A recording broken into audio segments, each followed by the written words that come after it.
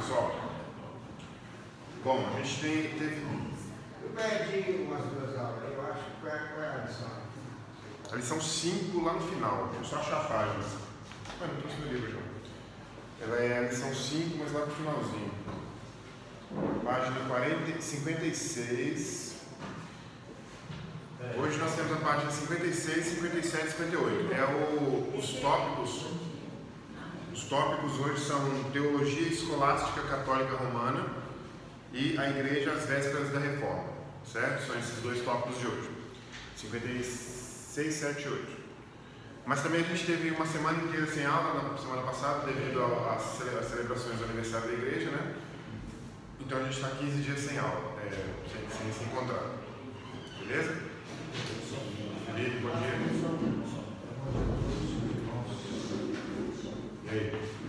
Hoje eu não trouxe o café expresso porque eu... Não, mas é porque eu me enrolei de ontem para hoje. Hoje eu acordei tarde também, aí eu precisava ter que comprar os que tinham acabado, não devia ter comprado ontem, não comprei, aí fiquei, então amanhã cedo eu acordo cedo e compro. O que já é ruim, porque eu teria que comprar mais caro do lado da rua, né? Mas acabou que nem isso eu consegui, porque eu fui no mercado, não tinha. Aí precisa trazer o café. Mas vocês começaram a trazer. Mas a gente traz de novo, gente. Pode começar a trazer se quiser. Eu vou continuar trazendo também, vou comprar e trazer. Se vocês quiserem trazer, a gente vai acrescentando. Eu tinha ficado mais ou menos um mês sem comprar daquele tanto que vocês trouxeram. Vale a pena, pode trazer, sem dúvida. Mas tem um café coado ali, tem suficiente, tá, só que ele já tem açúcar, né? Tem copo de açúcar? Com açúcar. Bom, então é o seguinte, pessoal, vamos fazer só uma breve revisão aí do que a gente tem visto, como a gente normalmente começa nossas aulas, né? A gente teve 2 aulas seguidas de igreja medieval, certo? Apesar do livro trazer esse período em um capítulo só, ele é um capítulo longo, eu acho que é o capítulo mais longo do livro. E a gente acabou dividindo em 3 aulas, né? Então a gente teve um primeiro momento com o início do período medieval, com o Gregório I e o Papado. A gente falou sobre a ideia de que, apesar de a Igreja Católica identificar que existem papas desde Pedro, né? Desde Pedro, né? Apesar da Igreja Católica identificar papas desde Pedro, a gente também não nega os papas antes desse período, tá? Os evangélicos não negam que tivesse havido papas antes desse período. A questão não é essa, a questão é que a gente usa como um marco que separa os períodos, é só por isso. Então não é que esse foi o primeiro Papa, não é isso. O próprio Papa Leão, que veio antes dele, também é um Papa fundamental nesse período de transição. Mas a gente geralmente não utiliza, pode utilizar, mas aí depende do professor, depende da linha. A gente normalmente não utiliza a queda do Império Romano do Ocidente como divisão da história da Igreja, porque essa queda do Império Romano é política, econômica, né? Política econômica, principal política, ela é política. Ela vai se tornando econômica, social, depois, aos poucos. Religiosa ela não é, pelo menos não com esse evento da queda do último imperador. Aí essa queda é que transforma a situação, por isso que a gente vai usar o Gregório I como marco separatório. É essa queda do Império Romano que transforma a situação e leva ao fato de que o Gregório I assume uma postura como Papa, se bem que ele nega que ele é Papa, né? Ele tem essa proporção de humildade, né? Ele não está interessado no título apenas, ele realmente tem coisa para fazer e faz, muito bem feita, bom, com os seus erros, óbvio, todos tiveram, né? Mas aí é exatamente esse momento que a gente usa como transição, certo? Então não é que seja esse o primeiro Papa, mas para nós a transição para entrar na Idade Média ele seria atividade missionária junto às tribos germânicas também. Obviamente diferente do que nós entendemos como missões, né? Mas existia uma atividade missionária. O islamismo também a gente viu, o grande cisma do Oriente, que é a separação da igreja, que depois foi se tornar grega, ortodoxa, russa, né? Da igreja ocidental, que é a igreja católica, apostólica romana, certo? E a gente viu também as cruzadas, encerrando a nossa aula passada, né? A nossa aula passada ficou até as cruzadas. Hoje a gente encerra esse período da Idade Média com a teologia escolástica católica romana e com a igreja às vésperas da reforma, que são os subtítulos do livro aí, certo? A aula que vem promete ser uma das aulas. Eu queria fazer esse comentário aqui agora, porque na aula que vem ela promete ser uma das aulas mais importantes para nós como crentes. Não que seja a melhor aula que eu vou dar ou que vocês vão gostar, talvez não, mas com certeza ela é uma aula muito importante. Então eu sugiro que vocês leiam. Durante a semana eu vou passar alguns textos também para vocês lerem separados. Bom dia, Viviane e Carlinhos. Para vocês lerem separados também, porque a gente está hoje é dia 3, né? 3 de novembro. Há 3 dias atrás, ou seja, no dia 31 de outubro, convencionou-se considerar a data celebratória, ou comemorativa, vamos dizer assim, da Reforma Protestante. É claro que nós, como estudantes de História da Igreja, não podemos identificar a Reforma com a data, 31 de outubro de 1517. Não é assim que funciona. O que aconteceu em 31 de outubro de 1517 foi um evento especial que foi como se fosse sabe aquele, em inglês tem uma expressão que eu gosto muito, que é point of no return. É o ponto onde não há retorno mais, não há volta. Sabe quando você faz uma coisa, faz outra, dá tempo de desistir, aí você faz mais uma, dá tempo de desistir, aí quando você faz aquela coisa X, agora a última gota d'água foi essa, agora não tem mais volta.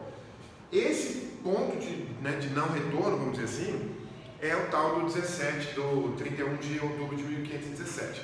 O acontecimento lá é o acontecimento que às vezes a gente imagina ele como sendo apoteótico, né, e tal, mas ele é um movimento até, de certa forma, cuidadoso da parte do Lutero, que é pregar 95 reclamações, ou não apenas reclamações, mas 95, que a gente chama de teses, né? 95 teses na porta de uma igreja da região da paróquia dele, vamos dizer assim, né? Que é a cidade de Wittenberg, né? Então é isso que acontece no dia 31 de outubro de 1517. Esse não é o início da reforma, a gente já vê hoje que é o início da reforma. Mas esse é o marco, né? Ou seja, um ponto em que a gente marca a reforma protestante. Nós, entre aspas, eu vou dizer entre aspas e vou explicar. Nós celebramos, entre aspas, no dia 31, a reforma protestante, que foi... Que dia da semana foi? Quinta-feira, né? Mas o que acontece? Um irmão comentou comigo já hoje que achou estranho que o povo de Deus, na rede social, no mínimo, ou então lá no congresso onde ele estava participando, não fez nenhuma menção ou quase nenhuma menção sobre a reforma protestante. E aí eu quero só dar aquele puxão de orelha no povo de Deus, né, rapidamente, como professor, e explicar por que tem um puxão de orelha, e aí na próxima aula a gente entra na reforma protestante de fato. Eu acredito que a gente precisa levar mais a sério a história, em todos os aspectos. Não é só porque é a minha matéria. Claro que por causa disso eu entendo ela como mais importante do que a engenharia. Para que prédio? Para que botar um andar em cima do outro? Para que eu preciso de engenheiro? Brincadeira. Todo mundo ficou sério assim, tipo, ele vai me convencer de que engenheiro não tem função social. Eu acho que história, eu estou dizendo eu acho porque eu quero ser humilde. Tenho certeza absoluta, como eu disse no primeiro dia de aula, que conhecer a história da igreja transforma, até foi o tom da oração do irmão aqui, transforma a vida da gente como cristão. A gente percebe a nossa própria vida, o nosso legado, né? Nós somos o legado, aliás, de forma diferente. Então não dá para jogar fora nada de história. É muita coisa, eu sei, mas vocês também não vão deixar de ser crente no ano que vem. Vão ser crente a vida inteira. Então dá tempo de estudar a história da igreja pelo resto da vida. Dá atenção no ano que vem, depois desse curso, a um período mais específico. Vai estudar só a reforma no ano que vem. Lê 3, 4, 5 livros de reforma no ano que vem. Se se interessou mais pelos pais da igreja, vai lá ler os textos originais deles. E assim por diante. Mas eu preciso que vocês sempre lembrem, não deixem de considerar os aspectos históricos como importantes, porque eles foram. Claro, temos mais, outros menos, né? Mas a reforma protestante é um desses, né? Eu arriscaria dizer que o primeiro evento mais importante da história da humanidade é o próprio advento de Cristo e o seu ministério inteiro, né? Para não ter que separar nascimento, vida, obra, ministério, morte, ressurreição, ascensão. Jesus Cristo, o seu advento e todo o seu ministério, claro, é o evento mais importante da história, mais importante até mesmo do que a própria criação, eu acredito, porque ela é a solução da criação. O segundo acontecimento mais importante da história, muito provavelmente a gente deveria considerar como sendo a igreja primitiva. Afinal de contas, né, os apóstolos ali obedecendo a Cristo e indo a todo mundo e pregando o Evangelho foi obviamente um fato muito importante. E eu acho que não tem nenhum outro tão importante quanto a reforma fora esses dois. Se eu quiser colocar esses dois no pedestal óbvio, então a reforma é o mais importante de todos, porque né, tipo assim, não, esses aqui nem contam. Então qual que conta? A reforma protestante, certo? Não dá para entender a reforma protestante num curso como esse. Não dá para entender os desdobramentos da reforma num curso como esse. A reforma tem desdobramentos muitíssimo mais abrangentes do que a gente pode imaginar, certo? E também o que eu acho triste nesse material que a gente usa, e aí eu estou seguindo o material, que tem que ser desse jeito, é que esse material não foca no século XV e no século XIV, XIV e XV. Só para você ter uma ideia, 1000 anos está em um capítulo. Deveria ter 200 anos, século XIV e XV. Os séculos XIV e XV são 1300 até 1500. De 1300 até 1499. De 1300 a 1500. Que são os 200 anos que precedem a reforma. A reforma protestante é uma série de acontecimentos, que a gente vai ver alguns hoje, já estou falando já, inclusive, estou adiantando um pouco, uma série de acontecimentos separados, isolados, a maioria deles sem nenhuma conexão um com o outro, nada de acordo, não tem nada de ninguém, não tem ninguém na Inglaterra conversando com ninguém na Alemanha para... É mais ou menos como os escritores da Bíblia, não tinha nada e cada um fez a sua parte e acabou que... dizendo a mesma coisa. Uma das coisas mais interessantes das escrituras é isso, né? Como que pode haver tanta coerência com pessoas tão distantes em tempo e espaço, em cultura, em língua, né? E é exatamente isso que a gente pode usar como uma ideia, como analogia à reforma, né? Vários eventos isolados em diversos lugares do mundo, cada um com a sua proporção, tá? Alguns com uma proporção um pouco mais abrangente, outros muito menos, mas todos eles importantes que levam ao acontecimento chave. O Lutero é importante, eu estou muito me adiantando aqui, não deveria. O Lutero é importante, mas ele não é a única figura importante. Eu vou encerrar, porque eu quero fazer a parte aqui, porque semana que vem é o dia da reforma, dia da aula da reforma. Mas só para lembrar que dia 31 vai puxão de orelha que você falou de agora. Puxão de orelha que você falou de agora. Não, puxão de orelha é assim, a gente não vamos descartar a história, porque a gente se reconhece como cristão estudando história, né? Não dá para jogar fora a história da reforma, pela madrugada. Crente que não celebrou a reforma na quinta-feira não sabe nada de reforma, como disse a irmã ali. Então esse é o puxão de orelha. Não, a gente não pode ter chegado até hoje. Hoje que eu falo assim, vocês todos aqui têm pelo menos 10 anos de vida cristã. A gente não deveria ter passado 10 anos da nossa vida sem saber o que é reforma. Mas tudo bem, passou. Mas Paulo, tem a questão da cultura, né? Que a gente foi ensinado errado em algumas situações. Eu acho que foi ensinado errado e tem o que eu falei com o irmão agora há pouco, a questão da cultura, você mencionou bem. Por exemplo, eu fui professor de línguas há muitos anos, e a linguagem, ela me chama muito a atenção, muito mesmo, muito. Eu acho que a linguagem é muito mais... Aliás, eu acho que a marca maior da semelhança do homem com Deus é a linguagem da comunicação. Então, olha só, é o nível que eu coloco a linguagem. Coloco a linguagem talvez no nível mais alto de relacionamento entre o homem e Deus. Porque é através da linguagem que se relaciona com ele, né? A árvore se relaciona com Deus? Claro que não. A árvore, por acaso, muda uma folha para cá para se relacionar com Deus? A gente se relaciona com Deus deliberadamente na comunicação. Então, eu dou muito valor na comunicação e à linguagem. Então, na nossa linguagem, acontecem algumas coisas que, assim, a vida da gente é feita de sacrifícios, né? Então, a gente tem que sacrificar uma coisa pela outra. Aquilo que eu falei alguma vez aqui sobre o conflito da ética, né? Será que eu faço isso ou aquilo? Não dá para fazer os dois. Então, por exemplo, eu preciso realmente convencer o meu povo, como líder cristão, pastor, qualquer coisa que seja, eu preciso convencer o meu povo de que Deus não se importa com o passado do pecado dele, porque isso é bíblico, senão ele fica pirado e o diabo aproveita e devolve ele para o pecado do passado. Então, eu estou falando isso em termos gerais, tá? Então eu tenho que ensinar o meu povo que deixe de olhar para o passado e passe a olhar para o futuro. Paulo vai dizer o quê? Porque quem está em Cristo é uma nova criatura. As coisas velhas já passaram. Eis que tudo se fez novo. Essa linguagem penetra até o poro do crente, até os poros, até as células, e vai para todos os âmbitos da vida do crente. Então o crente mete o pé no passado inteiro.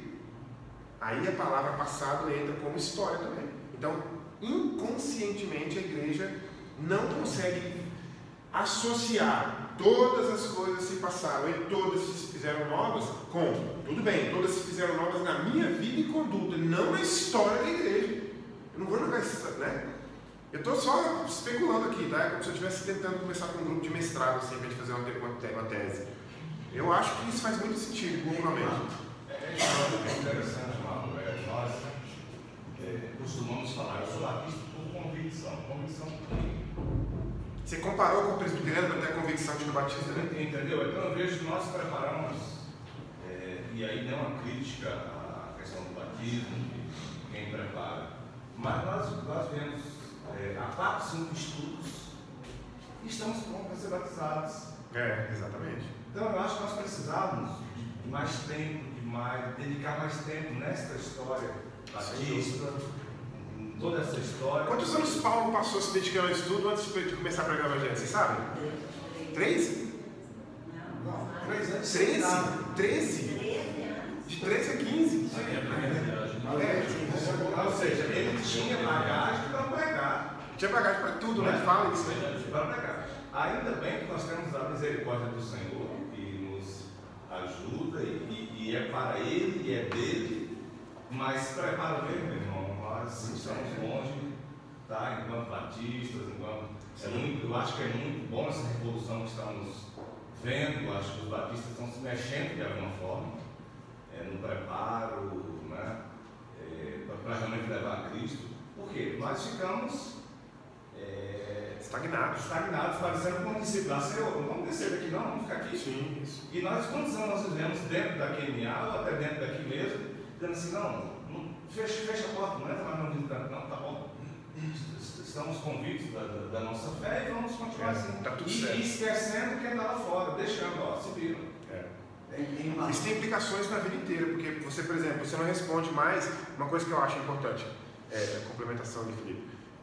Porque eu penso assim, cada época tem as suas demandas, né, do mundo. Vocês estão vendo isso na história da igreja. Nós estamos falando aqui, a nossa história da igreja é a história da resposta às demandas do mundo. A maioria das coisas que acontecem na história da igreja é a resposta às demandas do mundo. Mas as demandas do nosso mundo atual a gente está respondendo como? A gente pensa que está respondendo, criando bons discípulos que vão fazer uma espécie de implosão no meio social, né? Tipo assim, o cara está de bengala lá, aposentando, e fala assim: Carlinhos, eu trabalhei com você 35 anos e agora eu vou me converter porque você é o exemplo de vida. Que bobagem é essa? Por que 35 anos atrás o Carlinhos, no primeiro dia de trabalho, no dia da estreia, ele falou assim: ó, Jesus Cristo é a única esperança. Quiser saber como? Me pergunta no privado, sabe? Né? Então assim, eu acho que a gente precisa responder as demandas sempre. Hoje em dia a demanda é cultural, né? Cultural, a gente tem que responder a cultura. Também estou me adiantando essa questão, como você falou do POAB, para a gente falar do Reforma Protestante. E eu presumo, isso que foi falado no início, porque nós aqui, nós estamos conhecidos como batistas, porque nós não comemoramos tanto essa questão da Reforma Protestante. É porque, de fato, em que pese já haver na Igreja Batista alguns calvinistas, né, reformados, aí ele coloca como se os batistas, não, eu não posso comemorar essa data, porque senão eu vou me acusar como calvinista. Então, faz sentido, mais uma coisa assim, uma questão, um medo muito grande do cara assumir o batista e essa relação batista e calvinista, às vezes não pode se misturar, não pode ter. Então, por isso que não se comemora. Faz sentido. Eu presumo que, por isso que não se fala. Os pastores batistas simplesmente falam mal da questão da reforma. Mas a gente. Parece que está no domínio dos presbiterianos, né? Exatamente. Fala assim: reforma é igreja reformada, é calvinista, é presbiteriano. E a gente não pode assumir isso, mas agora. Aí reforma, reforça o que a gente já tem visto durante esse tempo todo que nós estamos estudando. Desde o conhecimento histórico. Desde o conhecimento histórico. Simplesmente releva, não, eu não quero isso. Então, ou seja, para mim serviu muito essa questão. Os pais da igreja, a própria reforma, eu já li o capítulo de reforma, achava até que eu já estava. Mas aí eu simplesmente abdico dessa história, porque não, eu sou batista, não posso. Mas calma aí. Essa história aí. É ótimo comentar. se a gente no próximo capítulo ele tem lá falando sobre os anabaptistas. Ou seja, é o nosso ser lá, cara. Então, ou seja, a reforma foi importante para que nós existíssemos.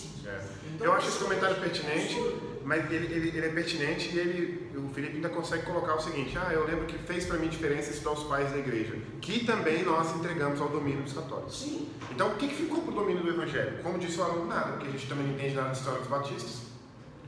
Então, ótimo debate, vamos só encerrar, não preciso continuar, mas eu quero que vocês continuem pensando exatamente dessa forma. Irmãos, aí eu vou defender a organização a qual eu trabalho. E para mim, se a pessoa fala assim, você tem que escolher o qual eu trabalho. Só uma, eu escolho o Embaixador do Rei.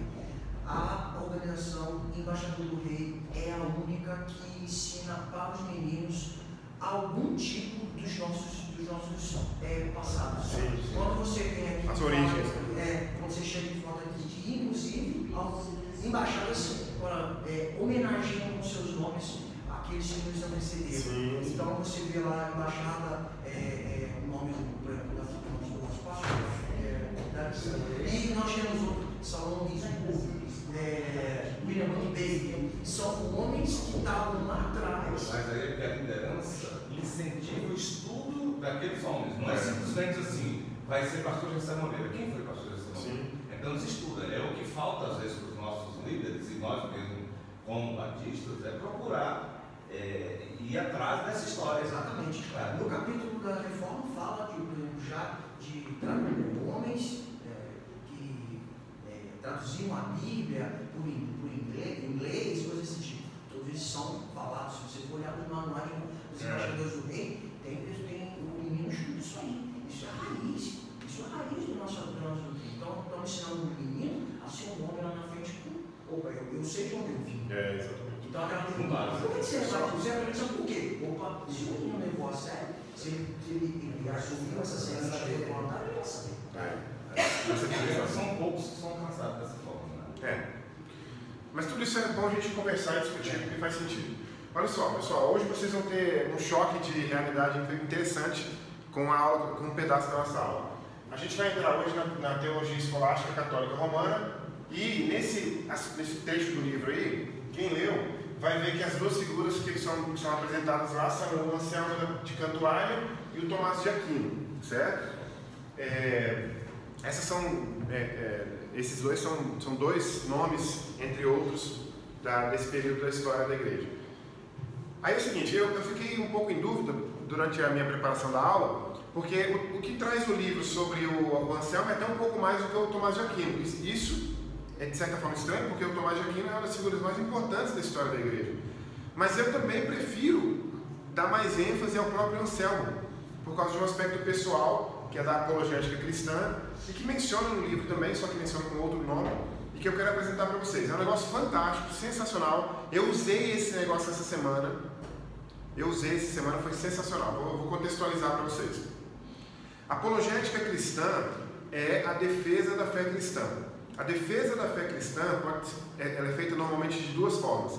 Ela é feita de uma forma positiva e de uma forma negativa. Deixa eu explicar. Negativa no sentido de que eu nego qualquer acusação que esteja sendo feita contra a igreja. Então eu faço uma apologética cristã negativa em que sentido? Jesus não morreu, ele só desmaiou. Opa, não, peraí. Jesus morreu? Sim. Por isso, isso e isso. Esse movimento que eu fiz aqui, essa dinâmica, chama apologética negativa. No sentido de que não que é negativo ou ruim, mas porque eu estou negando estou refutando ou negando uma acusação que foi feita contra a igreja. Entenderam? Então a apologética cristã é negativa. A apologética positiva é aquela que ninguém falou nada, mas eu digo. Jesus é a única esperança. E aí o cara fala, que esperança de nada? Não, é sim, por isso, isso e isso. Então eu faço uma chamada apologética cristã positiva, certo? Bom, na apologética cristã também há outras duas divisões. A divisão da apologética cristã com evidências bíblicas. Então eu pego a Bíblia e mostro lá, por exemplo, dizendo que quando a gente usou esse versículo no primeiro dia de aula, Jesus veio na plenitude do tempo, né? Quando Herodes era o rei dos judeus, um exemplo assim, né? Mas não era não e tal, Jesus é de outra época, não. aqui na Bíblia está dizendo isso, a arqueologia comprova o que a Bíblia diz, então você faz uma apologética cristã que você prova, ou comprova, ou demonstra evidências bíblicas. E a outra área da apologética cristã, que é essa que a gente vai ver aqui agora com o Anselmo, é uma chamada de teologia natural. Teologia natural é, eu vou defender a existência de Deus, mas eu não vou usar a Bíblia. Não porque não possa, não porque não seja bom e não porque não seja suficiente. É porque não tem nada a ver. Quer ver um exemplo? A Bíblia fala que Deus criou os céus e a terra, certo? Mas a Bíblia não demonstra como. A Bíblia não apresenta nenhuma evidência disso. A única evidência que a própria Bíblia atesta de que Deus criou o universo é o fato de que a própria Bíblia é verdadeira. Lá na frente, Paulo vai dizer que toda escritura é inspirada e tal. Então você circula pela Bíblia e demonstra dentro da Bíblia que Deus criou o universo. Mas essa dinâmica que é válida, é chamada de apologética cristã com evidências bíblicas, pode ser feita também fora das escrituras e a gente chama de apologética, de teologia natural. O Anselmo, tendo dado essa introdução, né, rapidamente do que é a apologética cristã, o Anselmo ele é responsável por uma das melhores defesas da existência de Deus de teologia natural. Na verdade, a maioria dos filósofos sérios não consegue negar, refutar o argumento do Anselmo para a existência de Deus. Aliás, eu vou mais longe, porque eu sou cristão e também estou dentro do meu grupo, vou mais longe, inclusive porque como eu faço uma pós-graduação em filosofia, eu acho que eu posso me considerar um filósofo. Né? Talvez se eu não tivesse estudado filosofia, eu não poderia me considerar um filósofo. Mas como filósofo, eu posso dizer para você que a argumentação do Anselmo sobre a existência de Deus, que eu vou dar o nome daqui a pouco, é irrefutável, ponto. Não tem como vencê-la. Ela é simplesmente sensacional. E ela tem algumas características históricas também que fazem ela ficar mais sensacional ainda, que eu vou falar daqui a pouco. Eu só queria apresentar para vocês rapidamente, é mais para botar para fazer aquilo que a gente chama em inglês de brainstorming, né? Só para vocês terem uma ideia do nível que essas pessoas, enquanto a gente vai trabalhar lá no governo, ou então na empresa, ou na escola, para ganhar nosso salário, para comer nosso pão e nosso arroz, esse povo estava sentado de manhã, de tarde, de noite fazendo isso.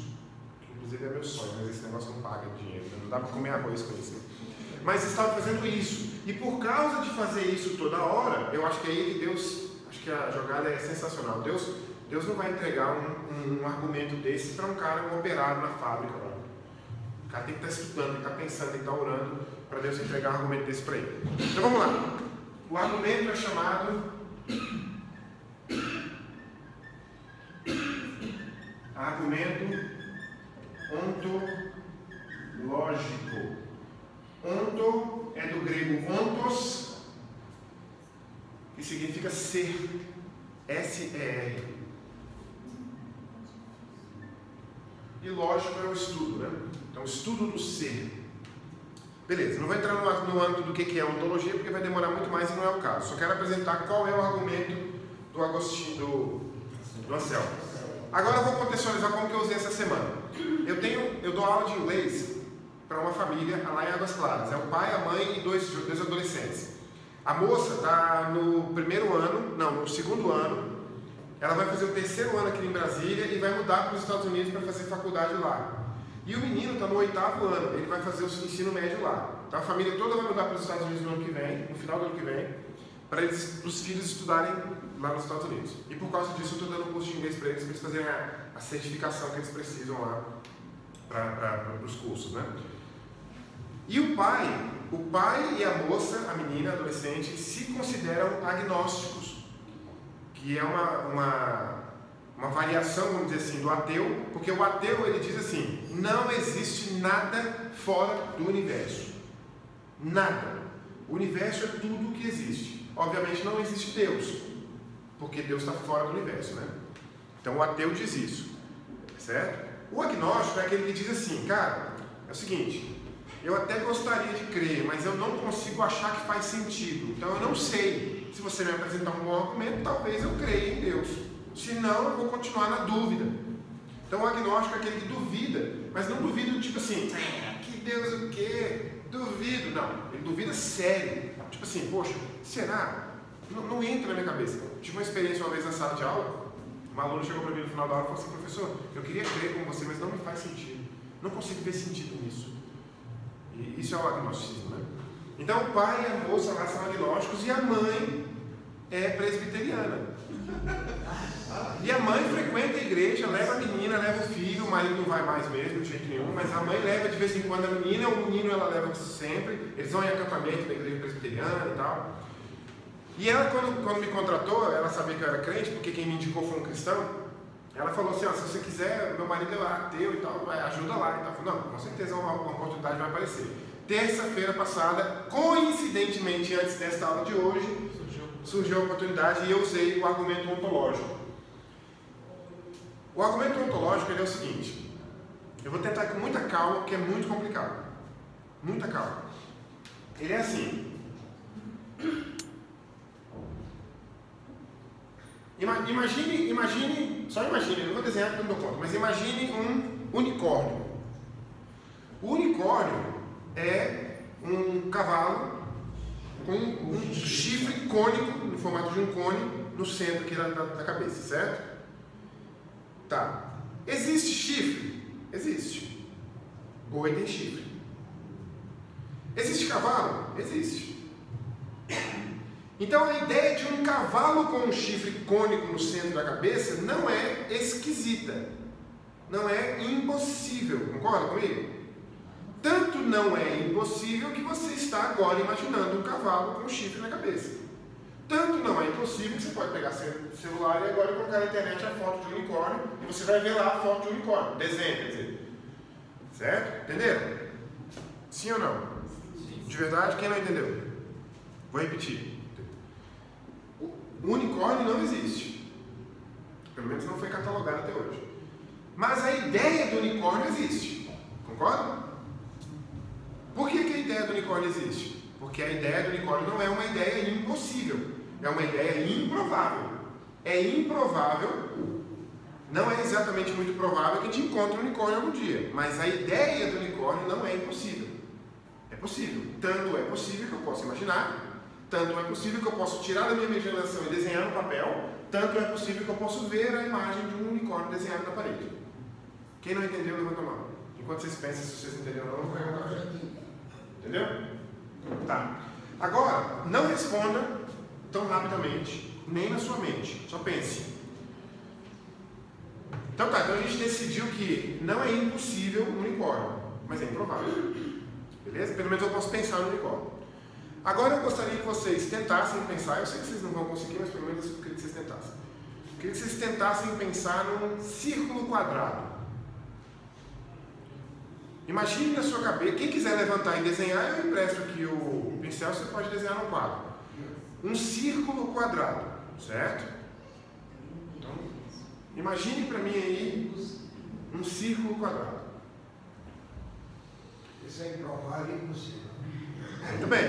Então, um círculo quadrado é algo inimaginável e, obviamente, se é inimaginável, segue-se logicamente que é impossível. Eu não consigo imaginar um círculo quadrado. Eu estou dizendo eu, Marlon, porque sou eu que estou aqui, mas se eu interrogar 7,5,3 bilhões de pessoas no planeta, todas as pessoas vão ter a experiência de tentar imaginar um círculo quadrado e vão falhar, porque não vão conseguir imaginar. Nem mesmo imaginar. Também essas 7,3 bilhões de pessoas não vão conseguir encontrar o unicórnio, mas todas elas poderiam imaginar o unicórnio. Não apenas poderiam imaginar o unicórnio, como eu poderia mostrar para elas o unicórnio. Aliás, poderia mostrar não, poderia desenhar um e mostrar o desenho. Então vamos lá, vamos recapitular. Vocês concordaram comigo que o unicórnio, apesar de não existir, não é impossível, certo? Certo. Vocês concordaram comigo que um círculo quadrado é improvável, impossível e não dá nem para imaginar e, consequentemente, não dá nem para reproduzir. Porque reproduzir significa tirar da mente e colocar em produto. Não tem como eu reproduzir nesse quadro um círculo quadrado. Tem como eu tentar, mas não tem como eu conseguir. Eu posso começar com um círculo e tentar fazer ele ficar quadrado. Só que na hora que ele ficar quadrado, eu poderia fazer isso com uma linha, né, uma corda. A corda está redonda. E na hora que a corda começar a ficar quadrada, o que acontece? Ela deixa de ficar redonda. Eu também fazia. Esse é um círculo e um quadrado. Da mesma forma que esse aqui é um cavalo, né? e aqui tem um chifre separado. É claro que a ideia do calismo é uma brincadeira. Não é isso aqui não é um círculo quadrado. Isso aqui é um círculo e um quadrado, né? Um sobreposto ao outro. Então tá, então eu acho que vocês entenderam, né? Tá, agora eu quero que vocês tirem a conclusão lógica. Quero que vocês, como crentes, nesse século XXI, tomado pelo pós-modernismo, tomado pelo inferno da pós-modernidade, quero que vocês aprendam um exercício importante para o evangelismo de vocês. Lógica é a coisa que não foi inventada pelo homem e que é apenas descoberta pelo homem. É uma coisa criada por Deus. O próprio Deus está sob o domínio da lógica. O próprio Deus não é sem lógica. Não há nada em Deus que esteja ausente da lógica.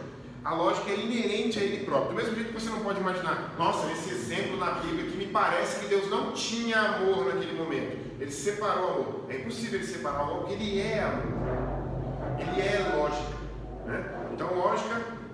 Vou dar um exemplo de lógica para vocês, bem simples. Todo brasileiro é sul-americano.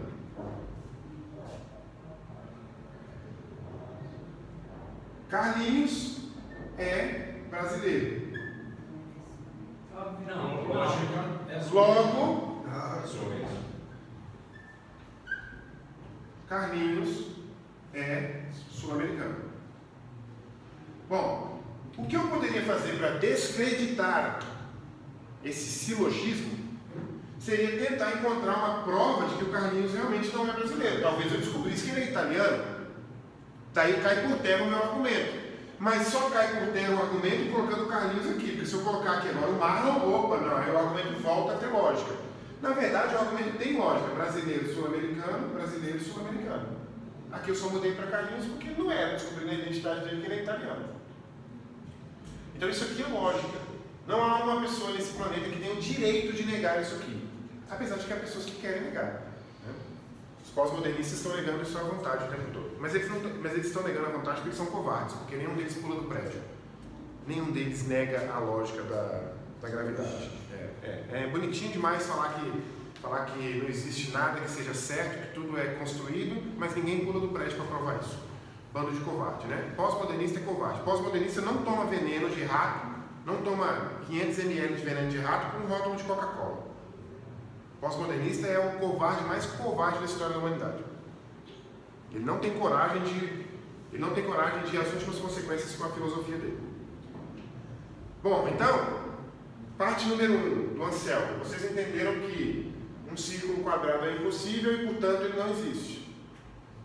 Impossível de imaginar, impossível de conceber, impossível de reproduzir e, portanto, ele não existe. Um unicórnio, apesar de não existir, ele não é impossível de existir. Até uma aberração da natureza pode colocar um chifre cônico na cabeça de um cavalo e ele aparecer na televisão amanhã na hora do jornal. Então não é impossível que isso aconteça. E vocês descobriram que lógica é algo que a gente não precisa negar. Porque quem nega lógica é pós-modernista e é covarde, porque lógica não tem como negar. Agora, tendo visto isso, vamos lá para um outro silogismo, uma outra lógica. Deixa eu perguntar para vocês uma coisa. Vocês acham que é possível imaginar um ser qualquer, uma entidade qualquer, que tenha máxima grandeza em todas as suas características? Por exemplo, essa xícara aqui tem muito amor. Muito amor. A quantidade de amor que esse ser aqui tem é enorme, é incalculável para a mente humana. Mas essa carteira tem mais amor. Só que essa carteira tem o máximo possível de amor. Então, eu posso até encontrar um outro objeto que tenha 1 centímetro maior em termos físicos, mas eu não vou encontrar nenhum outro que seja maior em amor, porque essa daqui é máxima em amor. Esse exemplo do amor é um só, mas imagine agora o seguinte: você acha que seja possível pensar na sua mente, conceber na sua mente, um ser que tenha máxima grandeza? Um ser que, quando você encontrar com ele, você fala assim, nenhum outro ser tem essa grandeza, porque essa é a máxima grandeza. Aí, vamos lá, vou perguntar agora para vocês. Sim ou não? É possível conceber esse ser? Sim ou não? Sim? Se o Alfredo conseguiu conceber um ser de máxima grandeza, então segue-se que um ser de máxima grandeza existe. Eu não consigo conceber um círculo quadrado e por isso o círculo quadrado não existe. Eu consigo conceber um unicórnio. Apesar do unicórnio não existir, é possível que ele exista. Certo? Agora, o ser de máxima grandeza, eu também consigo conceber. Quem não concorda? Quem acha que não dá para conceber um ser de máxima grandeza? Todo mundo concorda que dá para conceber? Vamos comparar. Qual que você acha que é mais fácil conceber? Um ser de máxima grandeza ou um círculo quadrado? Tá. Mas, quando eu disse que dava para conceber um unicórnio, eu não disse que ele existe, porque eu não sei se ele existe. Teoricamente, o ateu poderia dizer a mesma coisa de Deus. Ó, peraí, só porque eu posso conceber um ser de máxima grandeza, significa que ele existe? Faz sentido, não faz? Repito, eu posso conceber um unicórnio, mas não posso provar que ele existe. Beleza? Mas eu posso conceber um ser de máxima grandeza, também não posso? Mas e aí, como é que eu faço para provar que ele existe? Até aqui vocês entenderam? Quem não entendeu de verdade, eu quero repetir se for preciso. Não, sabe, eu entendi. Entendeu? Tá. Agora vamos sair daquele conôndro, daquele problema do ateu. O ateu chegou para você e falou assim, cara, do mesmo jeito que... Foi o que aconteceu comigo na terça. Na terça-feira. Do mesmo jeito que imaginar um unicórnio torna a existência do unicórnio possível, mas não prova a existência do unicórnio, também imaginar um ser de máxima grandeza torna a sua existência possível, mas não prova a existência dele. A resposta que você dá para isso é: se... Ó, o unicórnio, por exemplo. O unicórnio não existe no nosso universo. Não existe. Mas o unicórnio não é impossível. Sendo assim, se o universo fosse diferente, vamos supor, o universo é isso aqui, ó. Se o universo fosse assim, talvez o unicórnio pudesse existir. E se o universo fosse assim, talvez também pudesse existir. Se o universo fosse assim, o unicórnio não existe no universo tal como ele existe. Mas ele não é impossível, ele só é inexistente. Se o universo fosse diferente, talvez ele pudesse existir. Por que não? A única coisa que não pode existir em nenhum tipo de universo é o círculo quadrado. Esse não existe aqui e não existiria. O universo poderia ser de qualquer forma que fosse, mas o círculo quadrado não existiria. Bom, agora com Deus acontece o seguinte: o ser de máxima grandeza só poderia ser um ser de máxima grandeza se ele existisse em qualquer espécie de universo que existisse. Certo? Porque, vamos supor, se você fala assim, não, o ser de máxima grandeza poderia até existir aqui e aqui, mas nesse não. Ora, se ele não pudesse existir nesse, ele já não seria de máxima grandeza. Seria de muita grandeza, mas não máxima. Então, para existir um ser de máxima grandeza, ele precisa ter tanta grandeza que, inclusive, a existência dele seja óbvia. Logo, ele existiria nesse universo, nesse. Qualquer um possível. Se um ser de máxima grandeza, para continuar sendo de máxima grandeza, deveria existir em qualquer tipo de universo possível, segue-se logicamente que ele existe no universo que existe. Logo, ninguém pode negar que um ser de máxima grandeza exista. Não existe como negar a existência de um ser de máxima grandeza, simplesmente porque o ser de máxima grandeza não é impossível de existir na minha mente, também porque o ser de máxima grandeza, para ser de máxima grandeza, ele não poderia deixar de existir em todos os universos possíveis. Segue-se logicamente que ele existe aqui também no nosso universo. Em outras palavras, não há como negar a existência de um ser de máxima grandeza. Isso é filosofia? É, claro. Só que na hora que eu coloquei isso para o menino lá na terça-feira, para o rapaz na terça-feira, ele disse assim, tá, mas beleza, eu concordo. Aí eu falei, opa, o cara já concordou com a existência de Deus. Ó, o ateu, o agnóstico já concordou com a existência de Deus. Beleza, eu concordo. Só que como que eu posso saber se esse ser de máxima grandeza é Deus? Qual foi a resposta que eu dei para ele? Eu falei, não precisa. Não precisa. Você não precisa ligar esse ser de máxima grandeza a Deus. Mas eu posso te fazer um desafio. Aí ele, qual que é? Aí eu falei assim, pega a Bíblia e eu te dou um ano para você ler ela inteira. Todas as características que fala aqui sobre Deus são características de um ser de máxima grandeza. Sendo assim, o ser de máxima grandeza apresentado até hoje no universo foi apresentado nesse livro aqui. Aí você não tem como negar a existência de Deus. Então, eu não tenho como, não existe, eu não estou falando isso porque eu já acreditei. Só estou dizendo que a pessoa pode até continuar não acreditando. Isso que eu acho fantástico, no argumento do Anselmo. A pessoa pode até continuar não acreditando, mas ela não pode negar a existência. É como se fosse assim, por exemplo, caramba, eu fui lá no Canadá, e lá no Canadá existe um lago, que na hora que você entra na água, o seu corpo vira para trás e é como se a superfície fosse a parte de cima do lago. E aí eu falar, poxa, eu entendi a sua explicação. Eu até admito que exista, mas eu não acredito. Quando eu for lá e ver, aí eu vou acreditar. E aí o cara vai lá e vê, e quando ele vê, caramba, não é que é verdade. Então, existe uma diferença entre dizer que não acredita e negar a existência. Certo? Isso acontece o tempo todo na vida da gente. Por exemplo, o Carlinhos é um amigo meu de 20 anos e ele faz uma coisa que de repente eu... Não, gente, esse não pode ser o Carlinhos, eu não acredito. O que vocês estão me dizendo faz sentido. Faz sentido. O Carlinhos não desenhou um círculo quadrado em lugar nenhum, ele só fez X, Y, Z, faz sentido. Mas eu não acredito, porque eu conheço ele de outro jeito. E aí, quando eu descubro que era verdade, eu vou ter que admitir tanto a existência do ato, quanto a verdade do ato.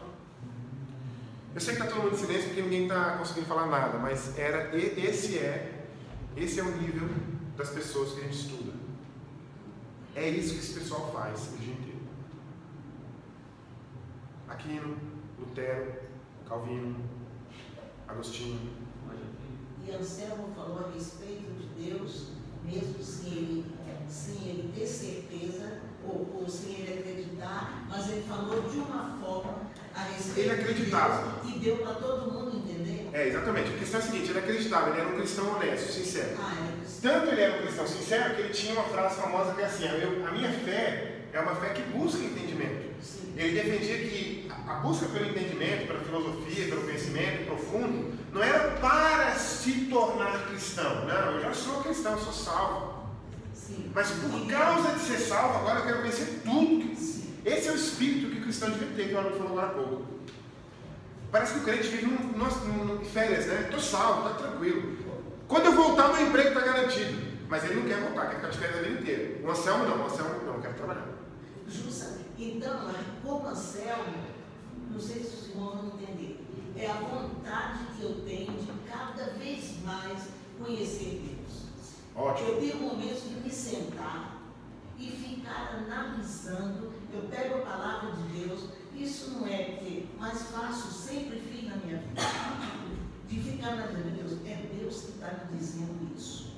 Eu também já pensei assim, E cara, eu Deus quero falou isso. que isso faça parte da minha vida e eu viva isso. Sim, esse é o Anselmo. E quem estiver comigo, enfim, tudo, eu quero que entenda o que Deus pode fazer. Sabe o que eu quero falar? Eu quero falar uma coisa sobre o Anselmo interessante que eu ia falar do contexto. Isso aqui já é fantástico. O Anselmo definiu a prova da existência de Deus e ponto final. Como eu disse, pessoal, na história da filosofia, no argumento ontológico, existiram ondas na história de negar o argumento ontológico e aceitar, negar, aceitar. Mas, há pouco tempo atrás, agora uns 50 anos atrás ou 40, o autor escreveu um livro sobre a história do argumento do Anselmo, a história, como que todo mundo viu isso. E a conclusão que ele chegou é que hoje em dia ninguém mais refuta o argumento. Agora, o que as pessoas procuram fazer hoje em dia é tentar associar ou dissociar esse ser de máxima grandeza com o próprio Deus. O Anselmo não fez isso, claro. O Anselmo disse que esse ser de máxima grandeza é o próprio Deus, né? Com todos os seus atributos. Certo? Imagina, por exemplo, como eu falei, essa xícara tem muita bondade. Dá para colocar um pouco mais de bondade nela? Dá. Então esse aqui é Deus. Essa carteira tem muita bondade. Tá? É possível imaginar um pouco mais de bondade aqui? Não. Então essa aqui é Deus. Né? Então assim, mas sempre que você imaginar que é possível aumentar, você vai sempre pensar o seguinte, vai chegar num ponto em que eu tenho um Deus sem limite de bondade, sem limite de amor. E aí esse é o ser de máxima grandeza. Certo? Então a fé que busca entendimento. Eu ia falar do contexto dele, né? Não apenas isso foi fantástico para a história do cristianismo, mas ele tinha, olha só, quando eu li isso eu fiquei tão impressionado, e eu devia ter sabido isso antes, é por isso que a gente aprende todo dia. eu já devia ter pelo menos devia ter pelo menos sido induzido a perceber isso. Eu contei lá em casa agora há pouco tempo, eu arrumei meus livros na minha biblioteca e contei mais ou menos 500 livros. E o Agostinho, ele vivia numa época em que a maior biblioteca existente na época dele tinha 200 volumes. 200. O Agostinho não tinha toda a obra do Aristóteles, do Platão, por exemplo, para ler. Ou do próprio Agostinho. Desculpa, Agostinho não. Ou do próprio Agostinho. Então, ele cria esse argumento muito mais de revelação de Deus, de revelação, não, talvez não seja a palavra, de inspiração de Deus, quer dizer, revelação com certeza não é a palavra, de inspiração de Deus, do que porque ele somou uma ideia num livro com outra ideia no outro livro. Por isso que eu concluo dizendo que filosofia e lógica não é aprendido em livro, é entregue pelo Deus da lógica. A Bíblia diz que todo conhecimento está escondido em Cristo, é Ele que entrega para quem Ele quiser. A gente só aprende até o limite que Deus quer que a gente aprenda. E Deus queria que o Anselmo aprendesse isso. Então, Anselmo, beleza? E qual foi a conclusão da família lá? O cara vai ler a Bíblia? Não sei. Não, no final das contas ele falou assim, não, tudo bem, eu não nego o seu argumento, só que para mim esse ser de máxima grandeza não é Deus. Existe uma outra brincadeira que se faz com esse argumento, que é pensar assim, mas eu posso imaginar uma pizza de máxima grandeza. Então significa que ela existe? Por duas razões não. Primeiro porque uma pizza de máxima grandeza tem que ter qualidades comparadas ao meu gosto. Para mim uma pizza de máxima grandeza tem que ter a massa fina, mas para o Carlinhos tem que ser a massa grossa. Se a pizza de máxima grandeza tem a massa fina, o Carlinhos vai dizer que essa minha pizza não é de máxima grandeza, porque a dele seria um pouco maior, porque teria um pouco mais de massa. Essa é uma parte da brincadeira. Outra parte da brincadeira é dizer, se só porque eu concebi a ideia de uma pizza de máxima grandeza ela deveria existir, então o unicórnio também. Então um porco com asas também. É só desenhar aqui no quadro um porco e botar asa nele. Olha lá o porco com asas lá, claro que não vai encontrar nenhum dia. Né? Certo? Então, ele concluiu desse jeito. Não, beleza, isso não vai mudar nada na minha vida, mas pelo menos ele não nega mais a existência de Deus. Não tem como ele negar mais. Ele pode até negar publicamente, né? Que Deus o quê? Mas na cabeça dele ele fala, poxa, mas como é que eu posso negar? Sendo que um ser de máxima grandeza não tem como não existir.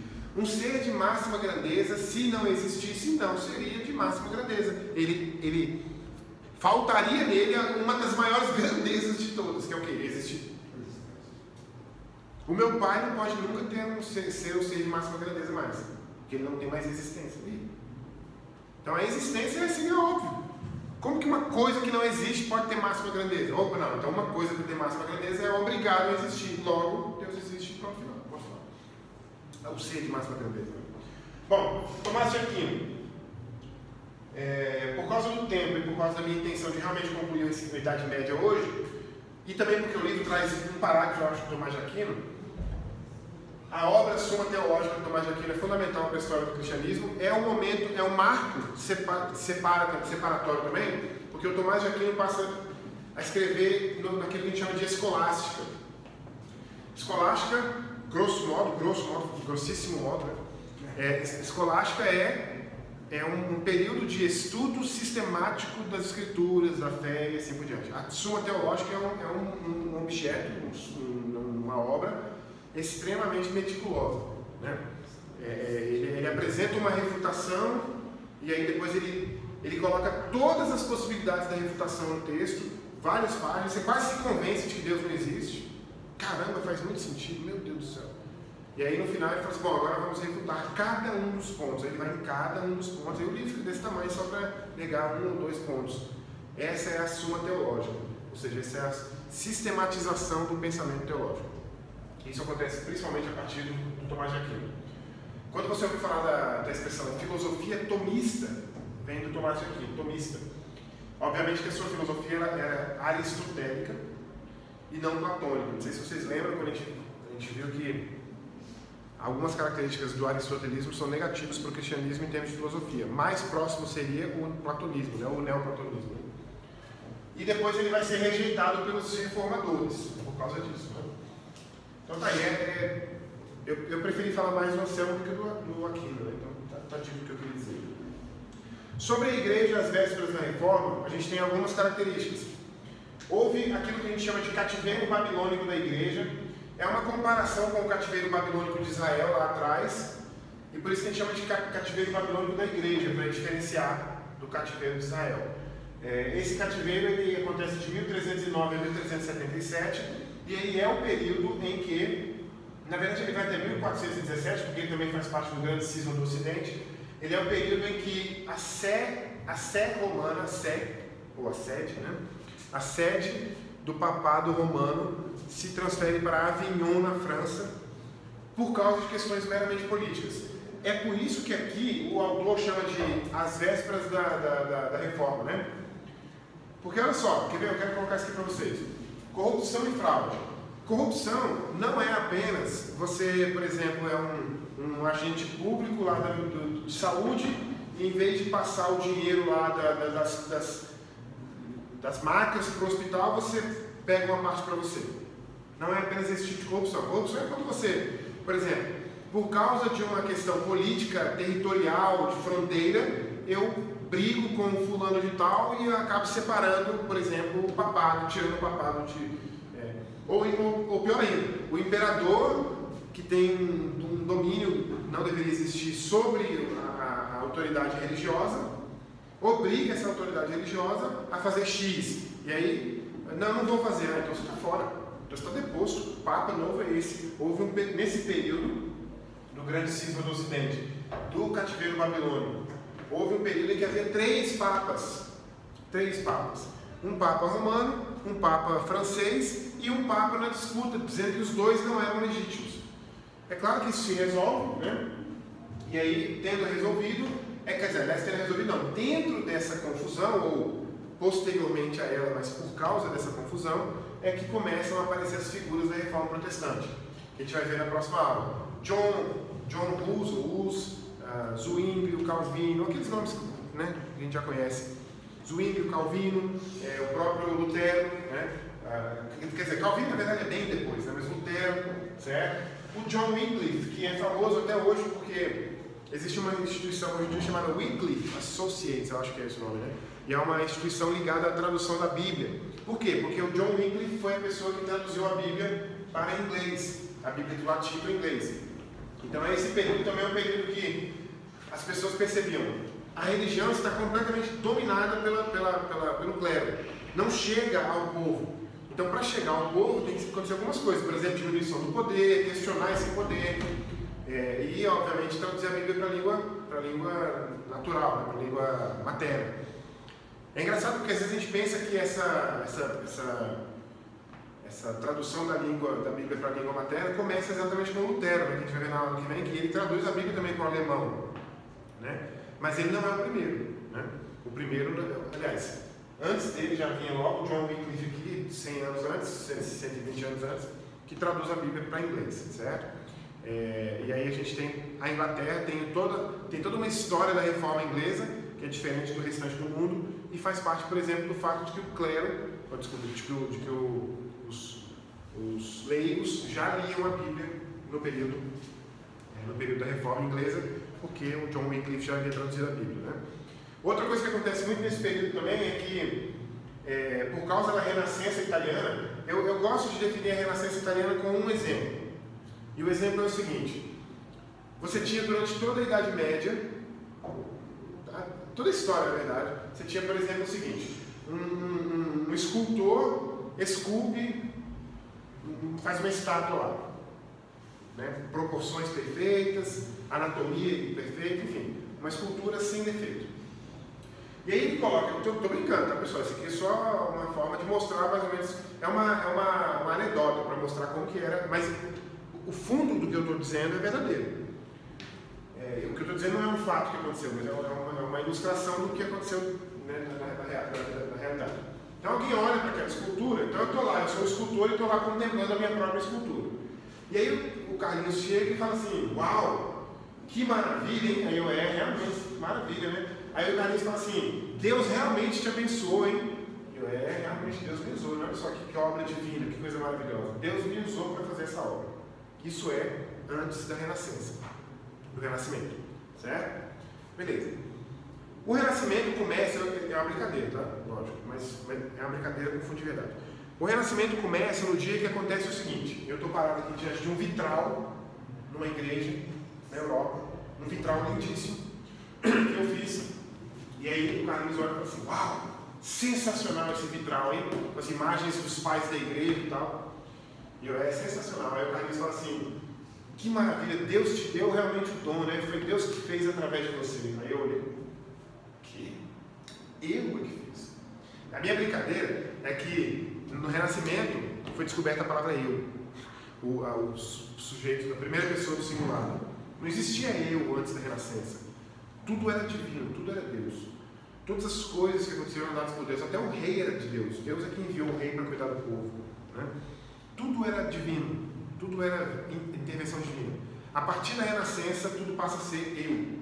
Fui eu que desenhei, fui eu que escrevi, fui eu que pintei, fui eu que escrevi, fui eu que olhei, fui eu que fiz, fui eu que decidi, fui eu que escolhi. Eu. Ou seja, o centro da Renascença é eu. E aí você pode assustar com isso e pensar assim, caramba, então quer dizer que deixaram de associar tudo a Deus, mas que pena, e passaram a associar ao homem, uau, que pena. Mas é exatamente por causa desse fenômeno, ou não por causa desse fenômeno, mas conjugado a esse fenômeno, é que nós temos a Reforma Protestante.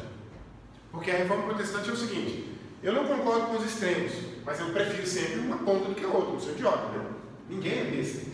A gente pode até não gostar do extremo, mas eu não vou, mas eu também não gosto do centro.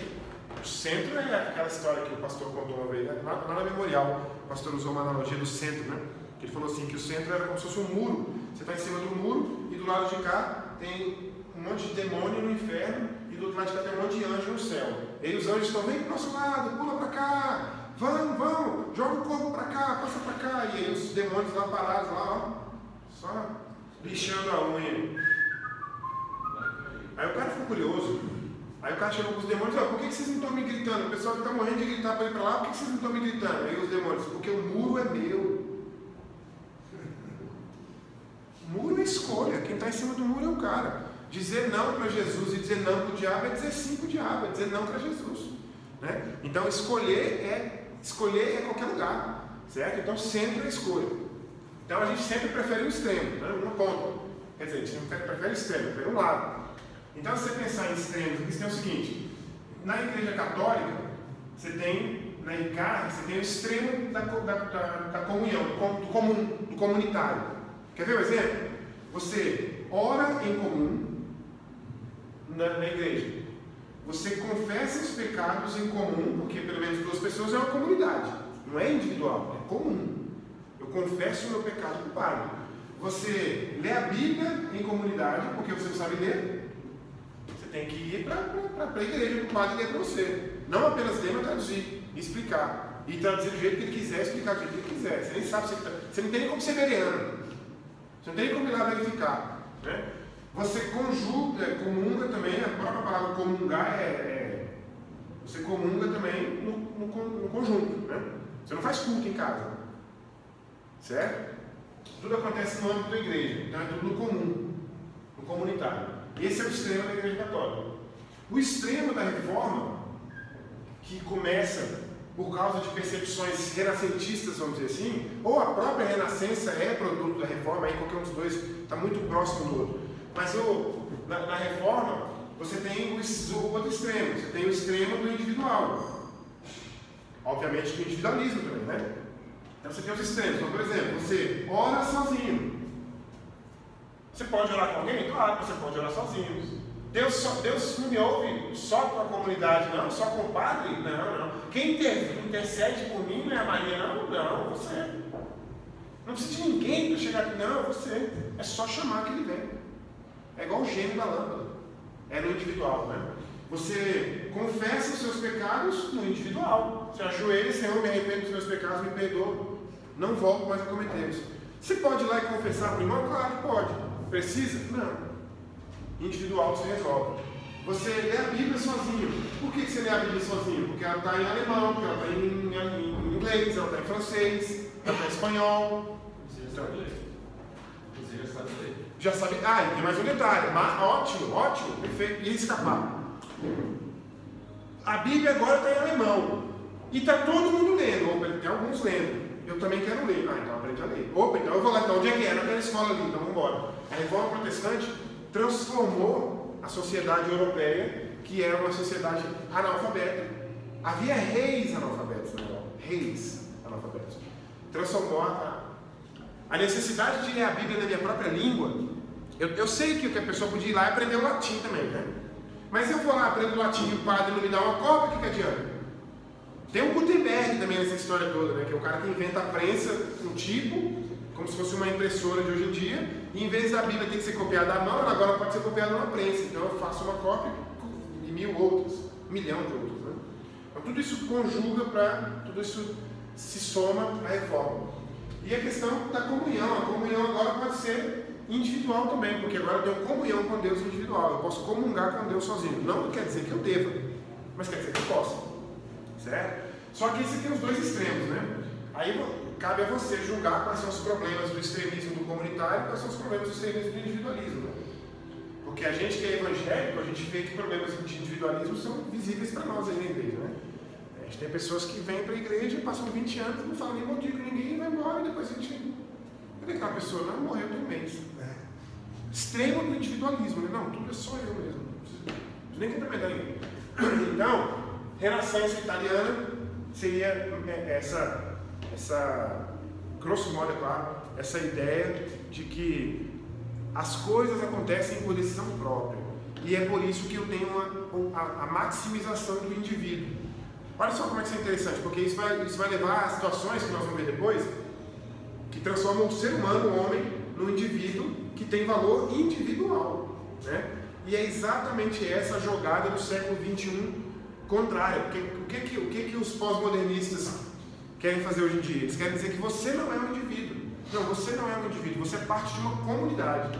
Você é negro, você não pode ser contra o sei lá o quê. Você é mulher, você não pode ser contra essa política pública. Você é homem, por isso você é o opressor. Você é branco e homem, você é opressor e opressor. Ah, você é branco, homem e heterossexual, você é opressor e é opressor. Então você não é mais você. É a morte do indivíduo. Né? Que o indivíduo nasce, entre aspas, é lógico, nasce no Renascimento, né? na Reforma Protestante, na individualidade que tem valor, e agora morre, ou quer dizer, estão querendo matar o indivíduo e transformar o indivíduo num mero pedaço de um grupo maior. Então, eu me lembro, por exemplo, eu vi um vídeo na internet há pouco tempo atrás de um negro nos Estados Unidos, foi gravado lá, um negro nos Estados Unidos com o boné do Trump e foi agredido fisicamente porque a pessoa achou um absurdo um negro ser eleitor do Trump. Ora, se o Trump é racista, como é que você pode ser eleitor do Trump? Eu não estou nem aí se ele é racista, eu sou cidadão americano, ele está fazendo o melhor para o país e eu sou a favor dele. Ou seja, eu não posso ser João, não, eu tenho que ser negro agora.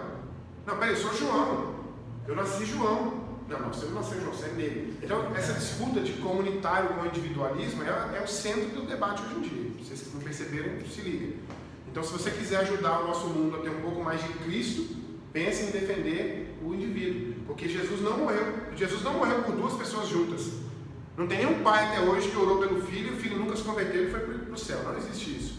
A gente sabe que conversão é um ato individual.